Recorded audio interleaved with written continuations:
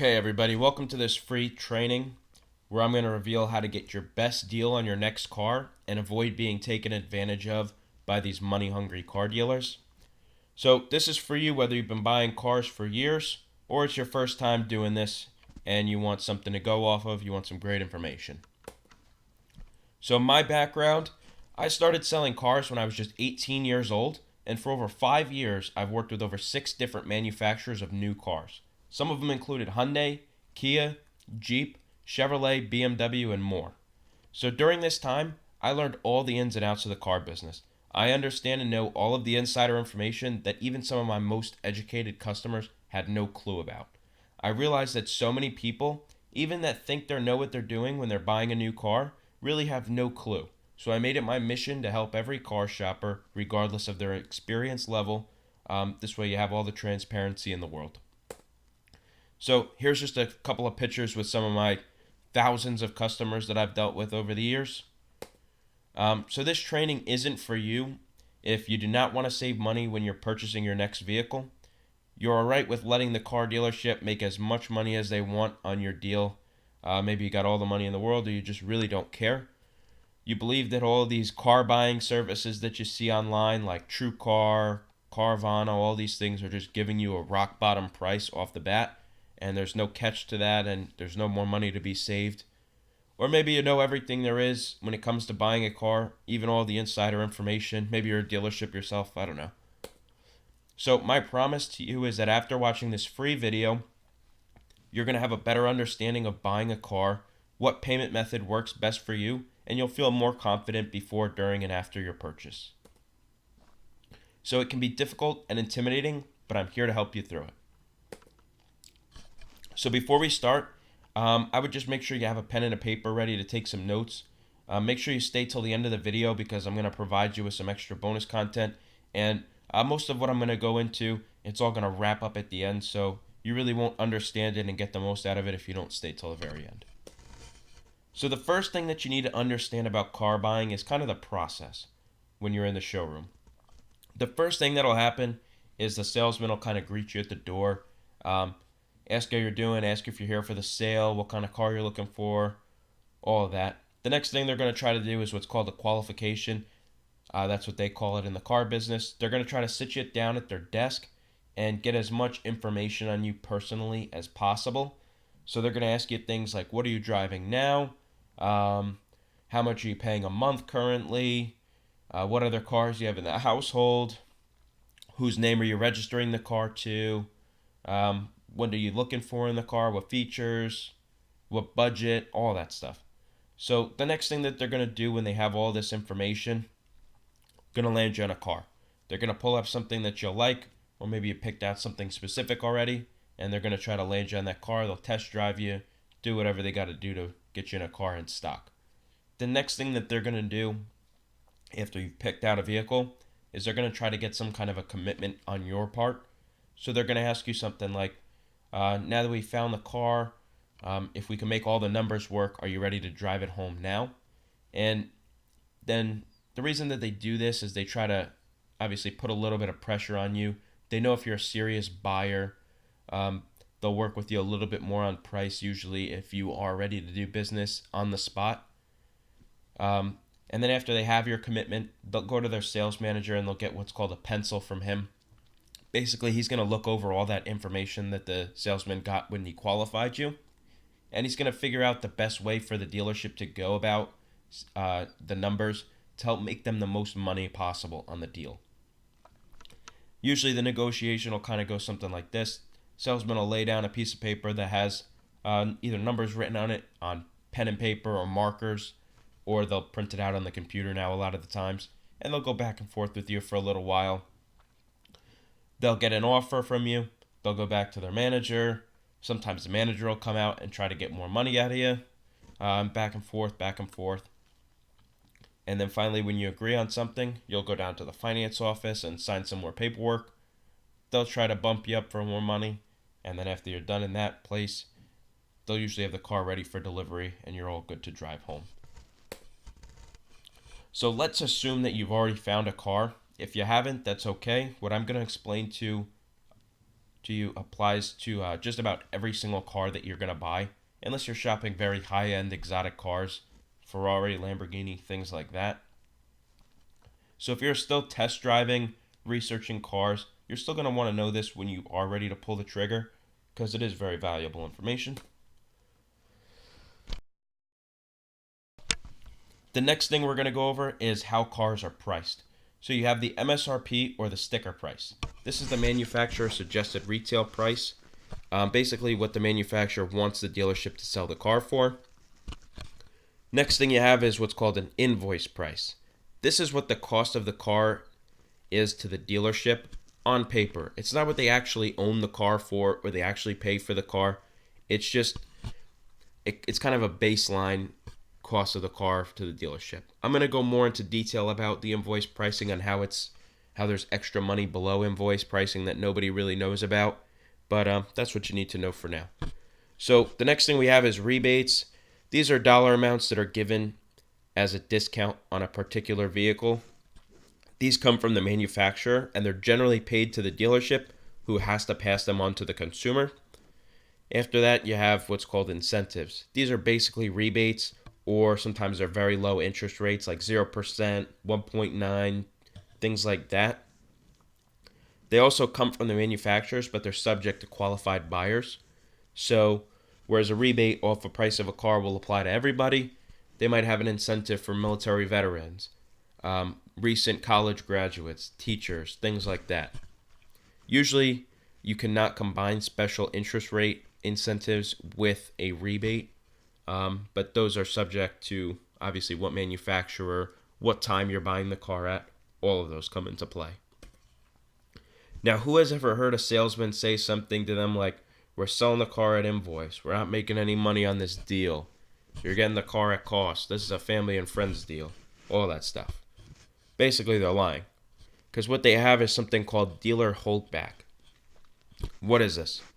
Car companies artificially inflate the cost of the car to a dealership on paper, which is the invoice price. Why do they do it? Dealerships finance their cars on a business line of credit or what's called a floor plan. So the higher the cost of the car is on paper, the more money and the more cars they're able to buy with their line of credit. So if the cars are more expensive, generally they need so many cars to operate. Manufacturer usually forces them to have so many cars in their lot. They're able to get more with that line of credit. What else? So salesmen are paid on commission, right? They got to fight to keep as much profit in the deal. So the higher the cost of the car, the harder it is for them to make money in the deal, right? Salesmen have to, their invoice to MSRP is a small difference. They have to work a little bit harder to make some money. If they have a huge profit margin, they don't usually care as much. They don't have to work as much, and the manufacturer knows this. So the manufacturer will give that holdback money back to the dealership every quarter after the car is sold. So say they sell 100 cars a month. Every 3 months, they're going to get a check back on those 300 cars that they sold. And it also lets the car dealership use sales tactics, kind of like when you see them advertise things like, "We're selling all our cars for $1 over invoice," or "invoice pricing for every customer," things like that. Another thing that dealerships have, it's what's called a BPO. Dealerships have a certain sales goal they have to hit each month. They go in tiers. So when they hit the first tier, they're going to get a certain amount of money back from the manufacturer on every car.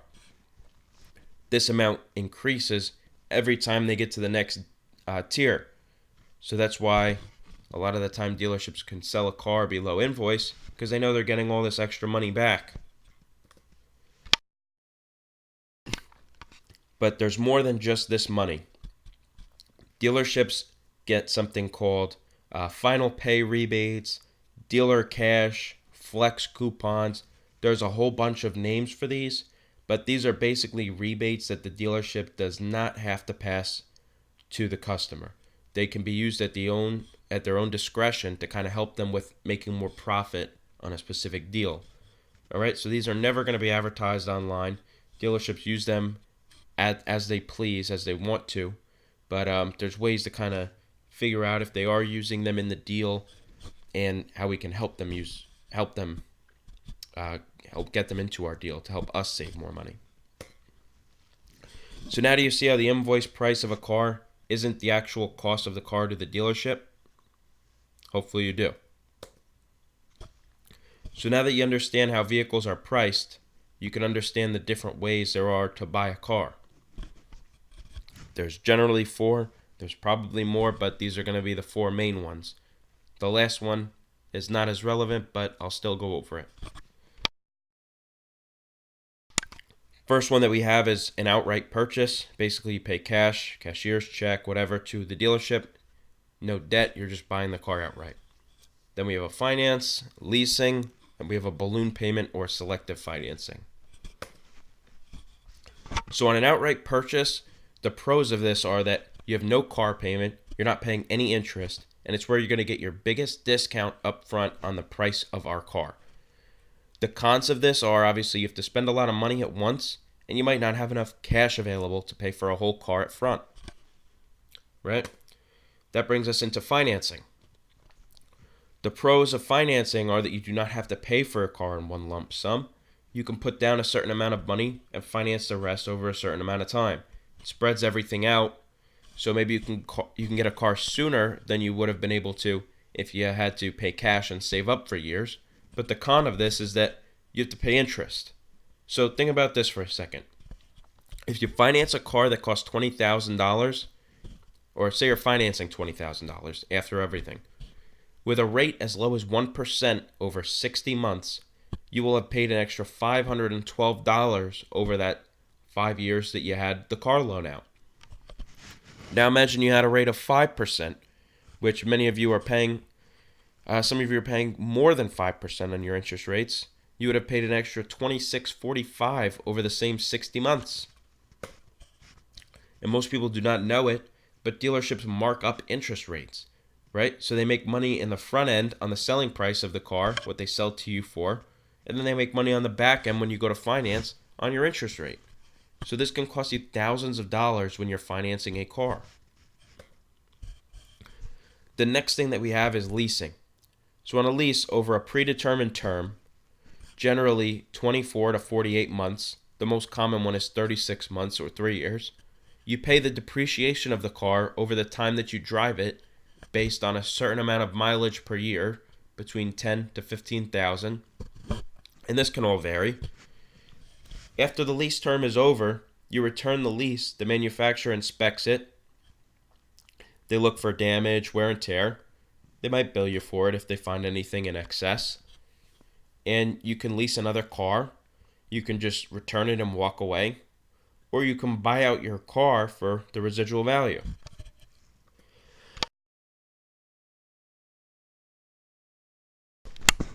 The residual value basically means the leftover. What the car is worth at the end of the lease. The manufacturer sets these numbers when you buy the car on your sale date, or the leasing company, whatever bank it is. They're predicting what your car is going to be worth when it comes back after regular use within the mileage that you agreed upon. So this allows them to take a car back and they'll auction it off and sell it to dealerships. So the manufacturer makes the money on the wholesale side. And then if the dealership says it's a pretty good used car, we can make some money on it, they will resell your car back to the used car market on the retail side. Make money on it again. So the pros of leasing are we can achieve very low monthly payments because you're only paying for a portion of the car that depreciates, not the whole vehicle. You can upgrade your car every 2 to 4 years. If you're always like having a new car or a new body style, new technology, it's changing very fast nowadays. You never have to worry about being upside down in a car loan.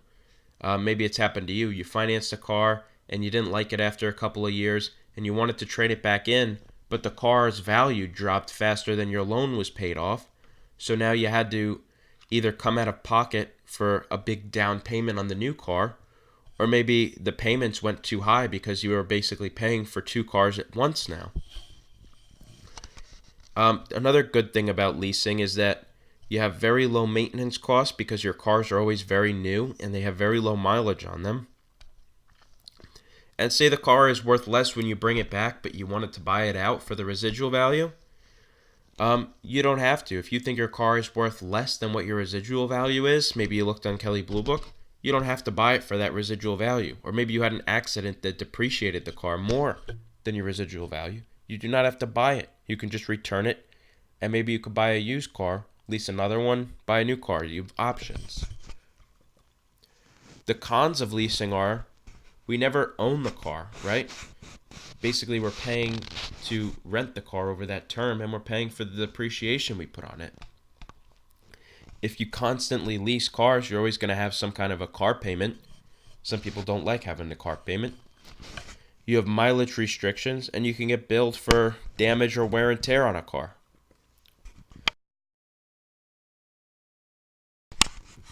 Lastly, we have balloon financing. Balloon financing is kind of like leasing, except the customer assumes the risk of that residual value. On a lease, remember the manufacturer or the leasing company sets that. On a balloon finance, we assume the risk. So what will happen is we agree on a price of a car and you'll finance it for a set amount of time, but at the end, you'll only have paid off a portion of the car.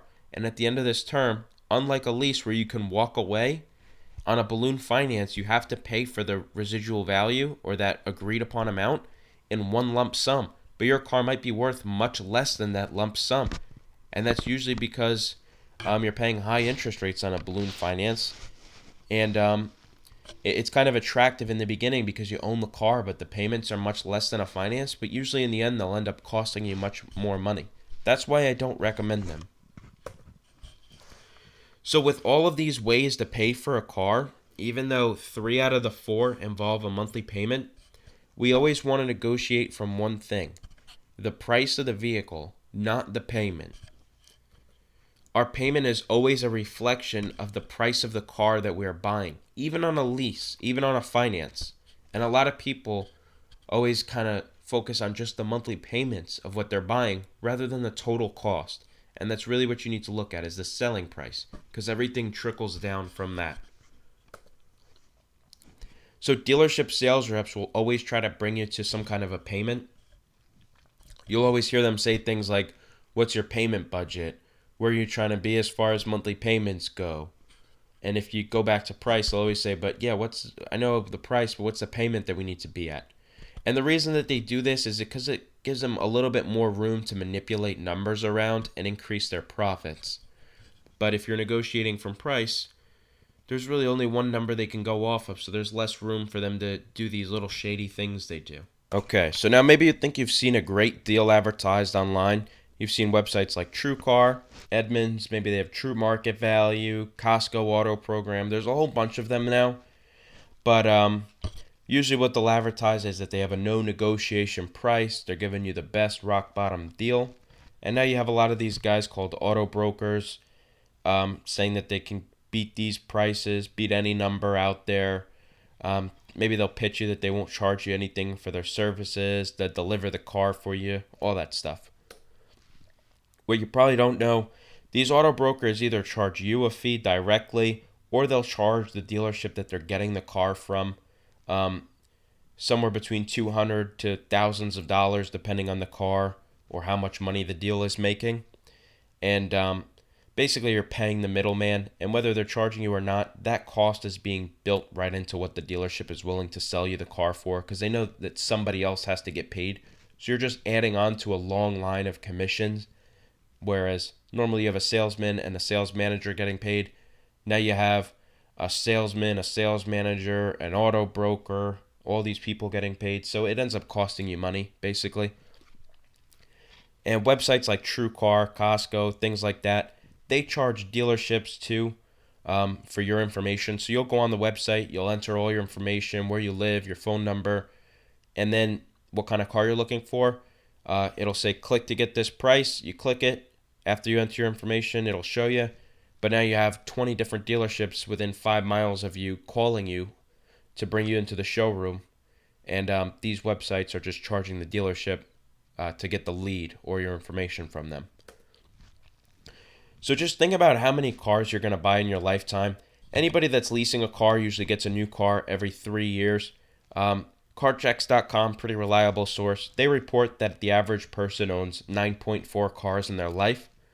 So say you overpay by just $100 on every car that you buy, and I know from firsthand experience, most people are. Um, that would cost you $940 over your lifetime that you could have saved if you just spent a little bit of time educating yourself before you went into the dealership and bought a car. And say you're a guy that leases a car every 3 years. After just 3 leases, if you overpay by $10 a month, that's costing you an extra $1,080. So it adds up. So there is a proven method to follow to ensure that you know you're at a rock bottom deal every time you buy a car. And if you would like to learn more about the process of buying and how to beat the dealership every time, click the button below this video now. It's going to take you on a link to my video guide where I'm going to show you step by step how to use holdback savings and BPO savings when buying your next car. How to find out the dealership's true cost of the car that you are buying, how long they've been sitting on the lot, everything you need to know. It's going to talk about specific negotiation strategies when buying your next car, show you exactly how much dealerships can overcharge you on interest and how to make sure that you're at the lowest possible rates. Guys, we're going to teach you how to get banks to compete for your rates even. We're going to teach you how to negotiate the selling price of a car below a dealership's cost where they can actually lose money on the deal and what cars you'll be able to do this on. I'm going to teach you how to negotiate the lease of a car. You're going to understand the entire formula of how to calculate your monthly payments off the price of a car. Guys, you'll never get overcharged on a lease payment ever again. You're going to learn how to find all the hidden fees that dealerships put into your deal and how to get certain fees removed and make sure that you never overpay on fees again. You're also going to learn how to get as much as possible for your trade-in. How to buy and negotiate on a pre-owned vehicle, how to negotiate the price of extended warranties and avoid paying more money once you go into that finance office. I mean, how many of you have ever agreed on one thing with the salesman and then you went into the finance office and you paid any amount more than what was already agreed upon? It happens to almost everybody. So it's time to stop letting these car dealerships take advantage of you. It's time to educate yourself before you go to purchase a new vehicle. Don't be that guy that looks over the paperwork after your purchase and gets buyer's remorse because you overpaid. All right? Click the link below this video right now. It's going to take you to my video guide where it's going to teach you step by step everything that you need to know. Thank you so much for watching.